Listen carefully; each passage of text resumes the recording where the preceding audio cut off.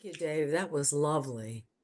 Um, Welcome everyone to our service. As you heard, Dave is our musician today, and we're also so grateful to have our Reverend Sandy, because she does belong to us, with us this morning.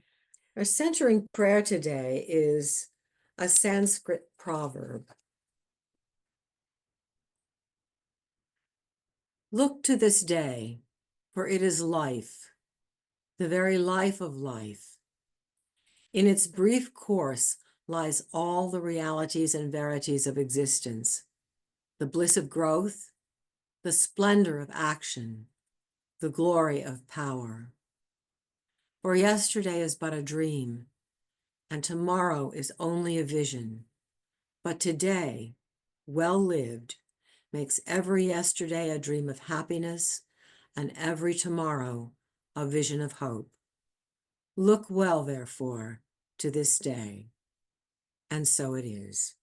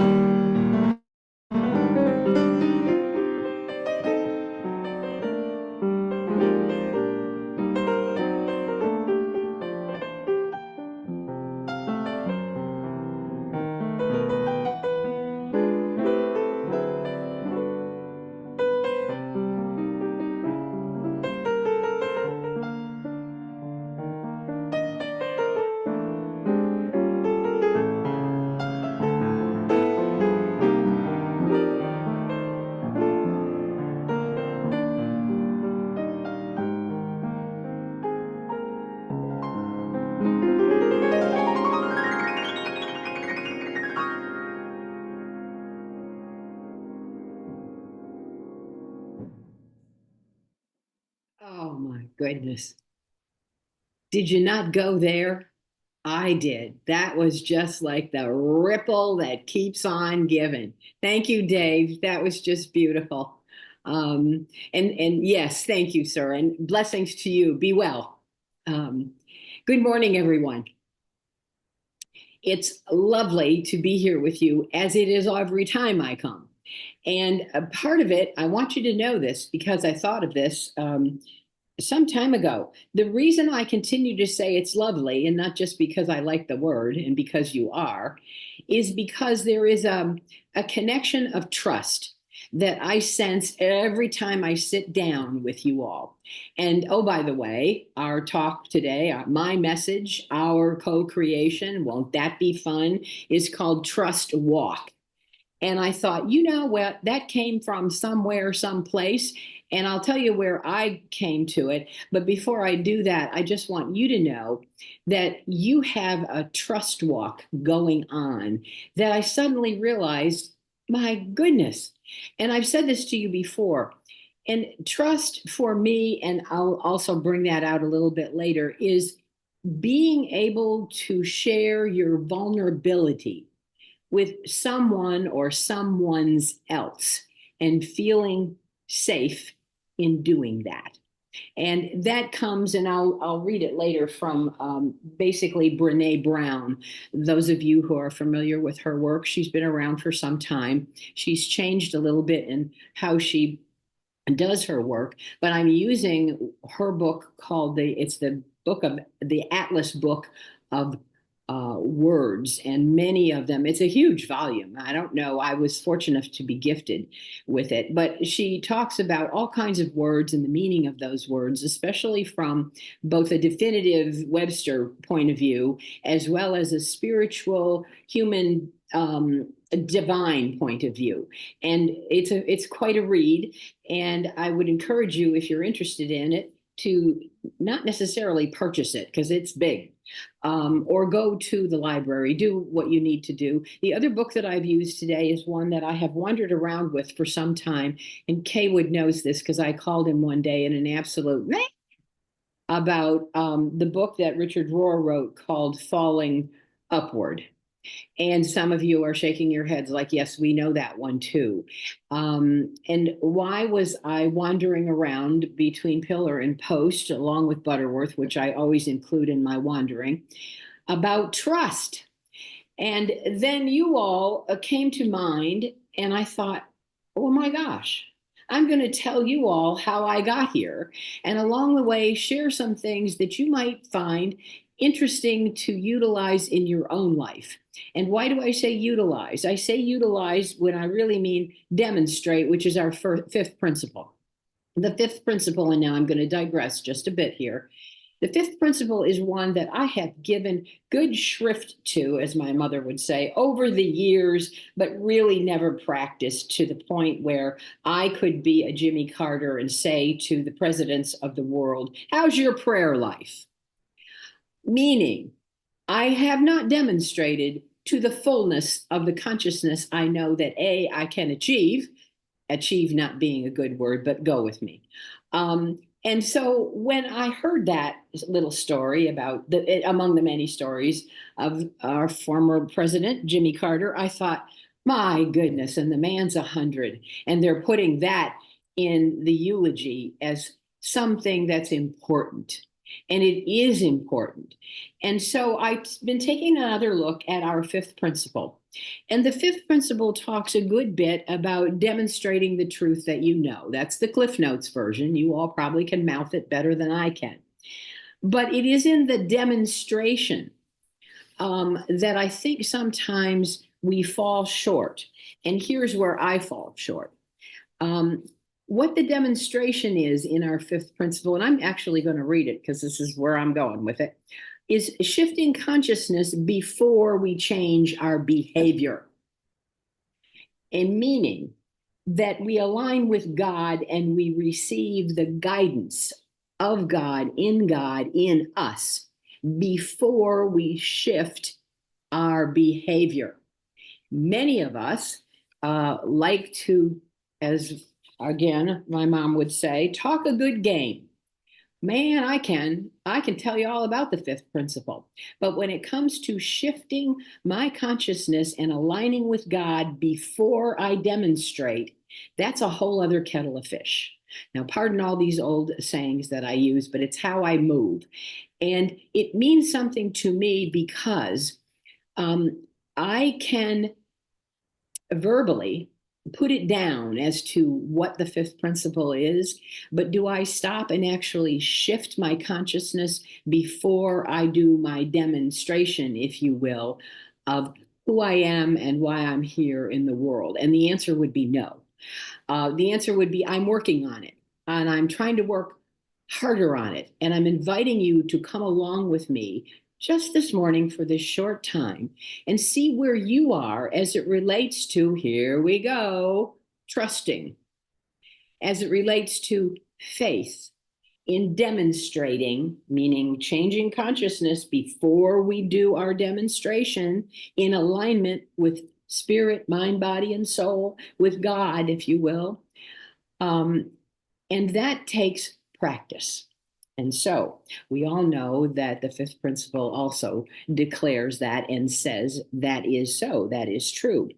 Now, spiritual action, as in the fifth principle, and I'm getting a little overboard on this, I know, is integrating our divine essence into ordinary, annoying, daily living. It isn't some big dramatic, I'm going to give $1 million to so-and-so to stop the so-and-so in someplace. Or I'm going to put on some big dramatic event. It is that, but it is, I would say, this is me editorializing, even more important that we pay attention. It is the integration of our divine and our humanity in both of their fullness into our ordinary lives. And I took this straight from the book that Ellen Davenport did on 5 Principles. You all know the book.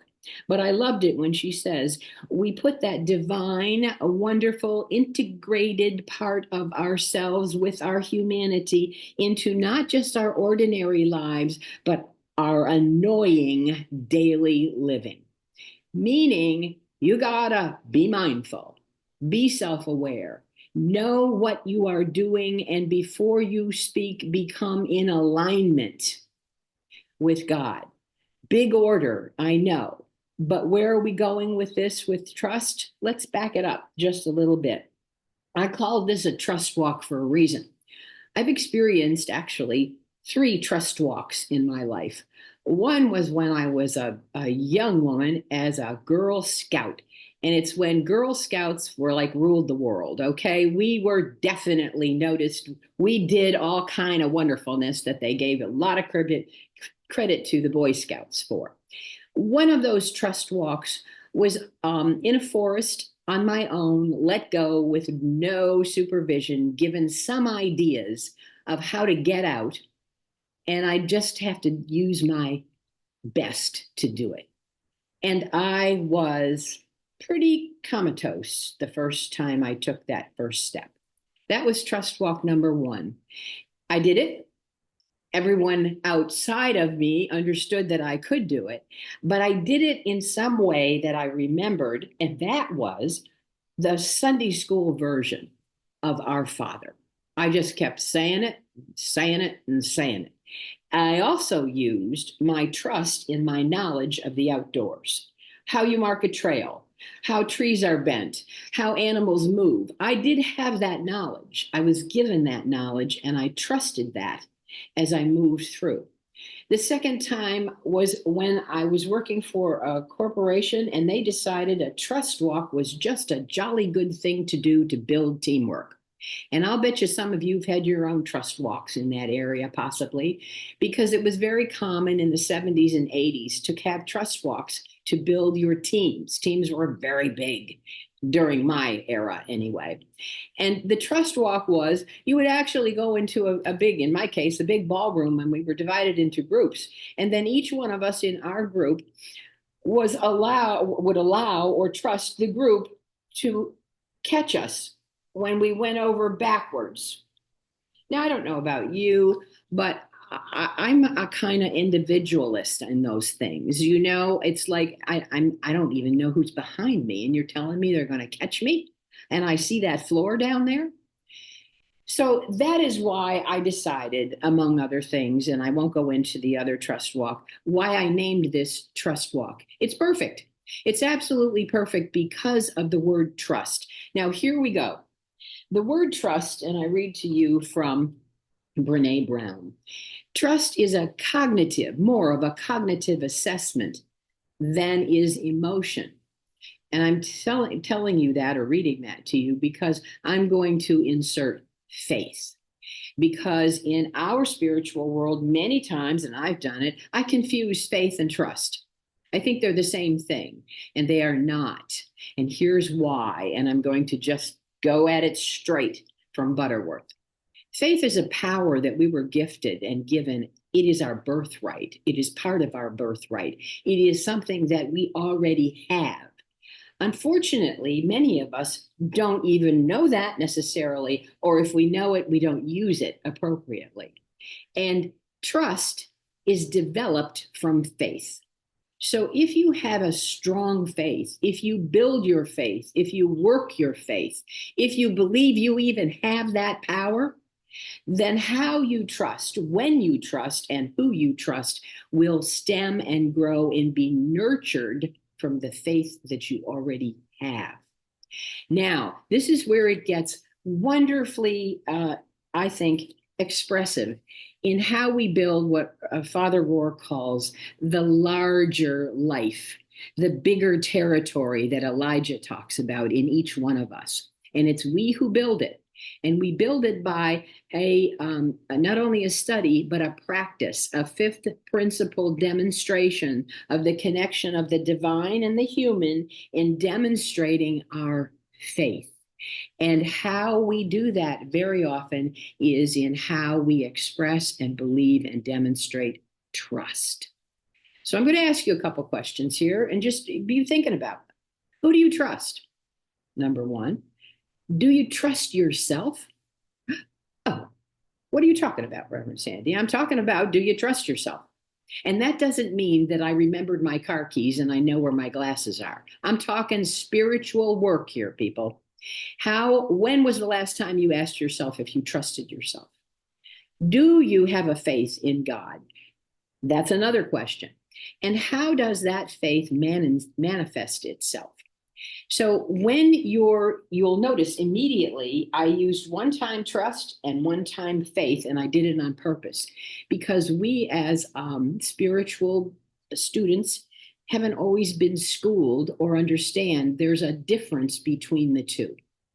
When you have a faith, which is your gift, your job, our job, my job is to open myself and allow that expression of faith to simply grow and grow and grow. And you may say to me, well, tell me how. No, I can't. It's your faith and you grow it. I'm giving you some seeds to either plant or put out the back door when we're done. But these are important seeds if you believe you even have faith, and how do you use it? Now let's move to a little more practical manner, which is trust. And trust comes out when we allow, and this is what Brene Brown said, and she got this, you'll love this, from the book by Charles Feldman called An Essential Primer for Building Trust, and this is at work. Choosing to risk making something you value vulnerable to another person's actions. And he defines distrust as a general assessment that what is important to me is not safe with this person in this situation. In other words, we don't mix and match faith and trust. You have a trust or you have a distrust. It's a certitude. It's a certainty of how you believe. And let me now go back to the word believe. If you have no trust in anything, you do have beliefs, okay? Trust stems from faith. Beliefs stem from you and me and our humanity. Now, I know some of you are saying, I wish you would slow down. I can't get this all down. It doesn't matter. You're living it. Because when you choose who you trust, you've made a choice.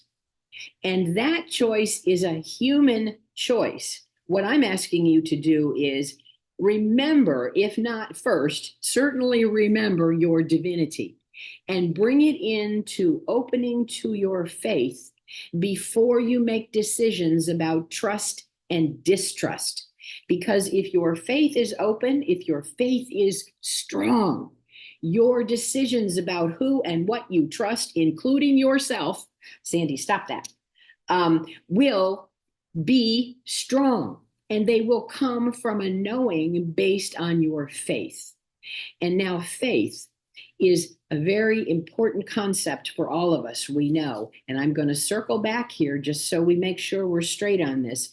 It's not faith in God, it's faith from God. Would you please write that down if you have something to write with? It is not faith in God, it's faith from God. And Butterworth screams that off of several pages of many things that he has written, because we have got it wrong. And we will go around, and that's why I got such a kick out of Jimmy Carter's story about how's your faith? Okay, he was talking about a faith from God. Okay, he wasn't talking about necessarily faith in God, although I don't know. I never met Jimmy Carter. I'm going by the story and probably my own editing of the story. The bottom line is the faith comes from inside.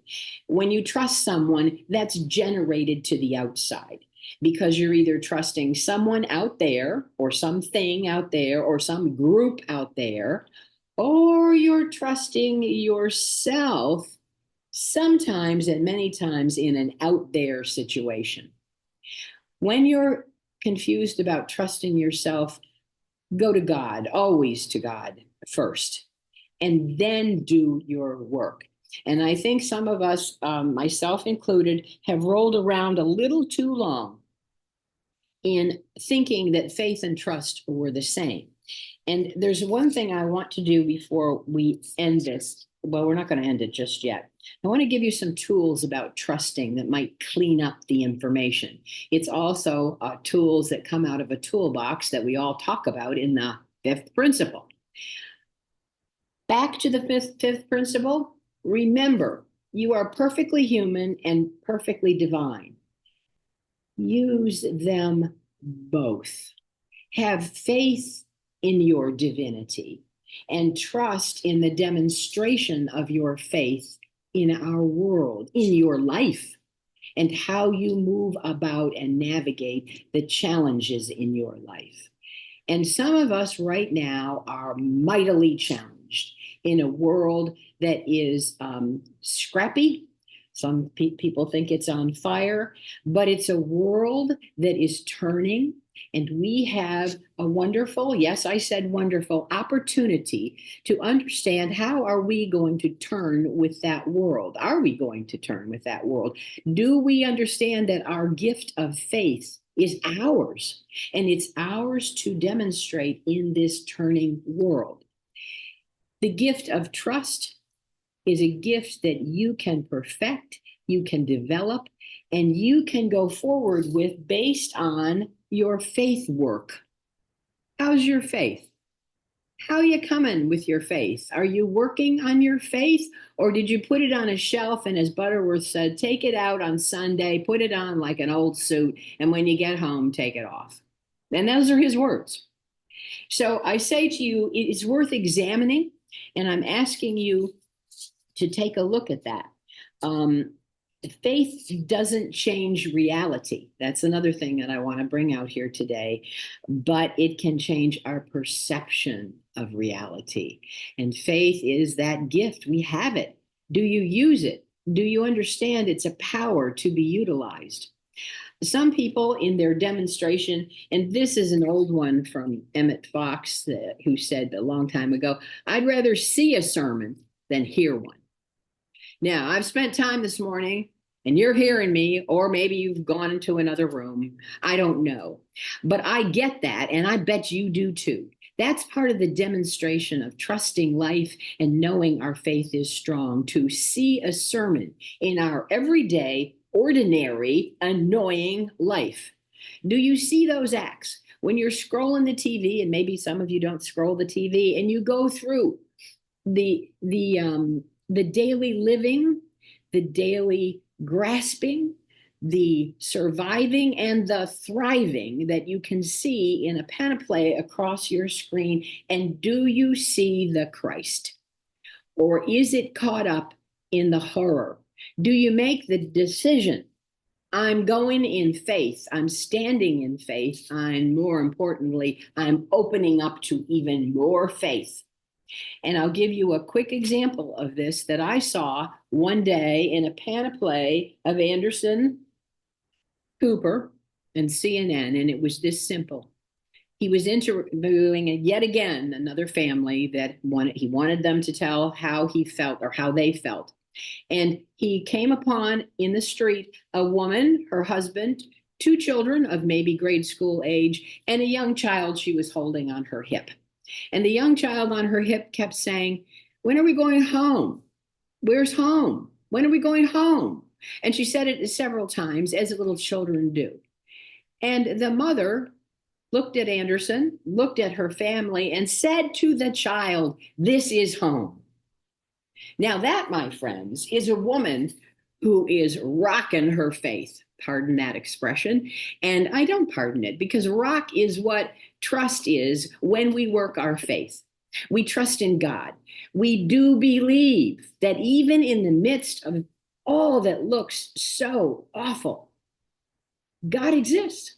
God is. And so there is one last thing, and now I do need to close this up. This came to me, and this came as a result, I think, of understanding something. First, the faith is a willingness not to be certain that life is going to be just like we think it's going to be.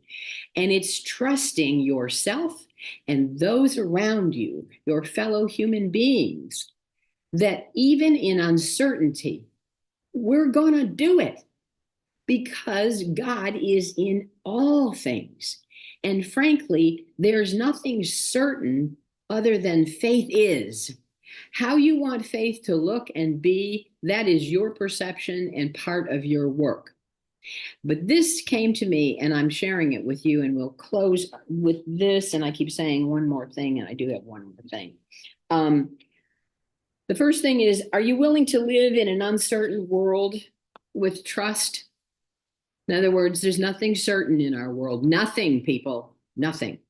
Trust is the way we make our faith demonstrable, even when we know it's uncertain, when we don't know all the answers, because we don't know all the answers.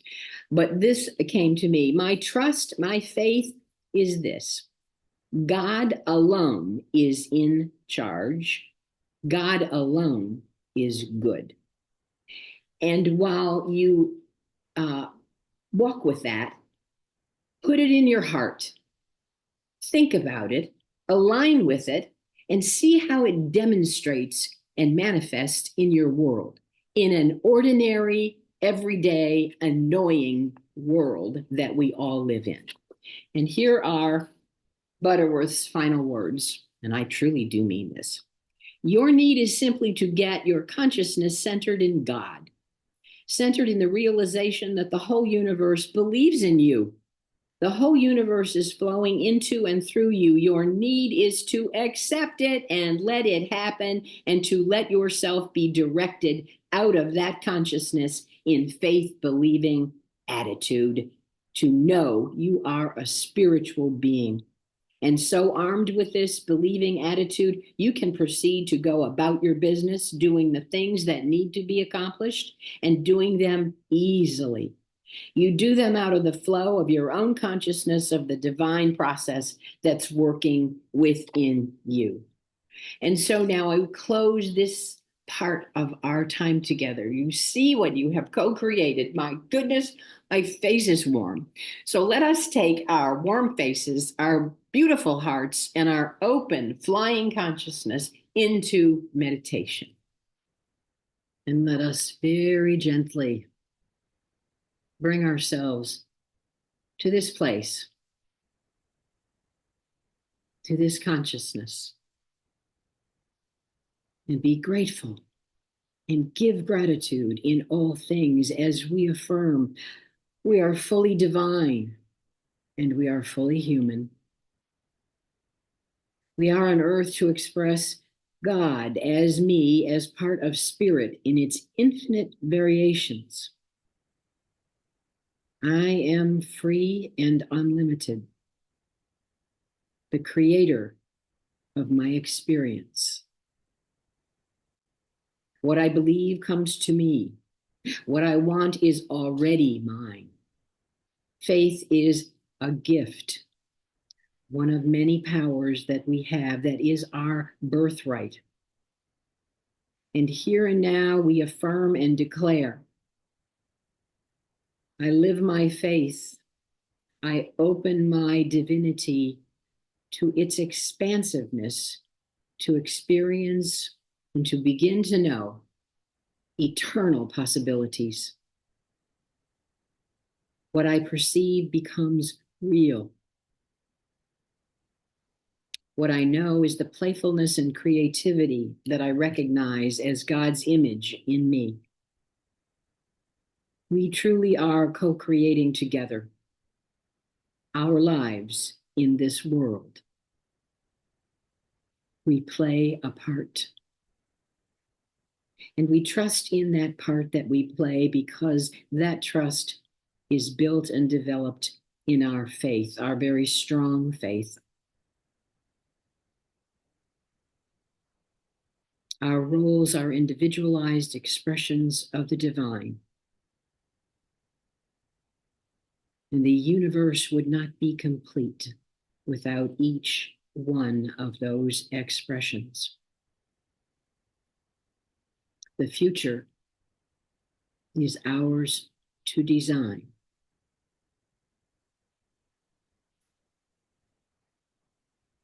And we live the truth that we know. And we are grateful. Praise God. Alleluia. Amen.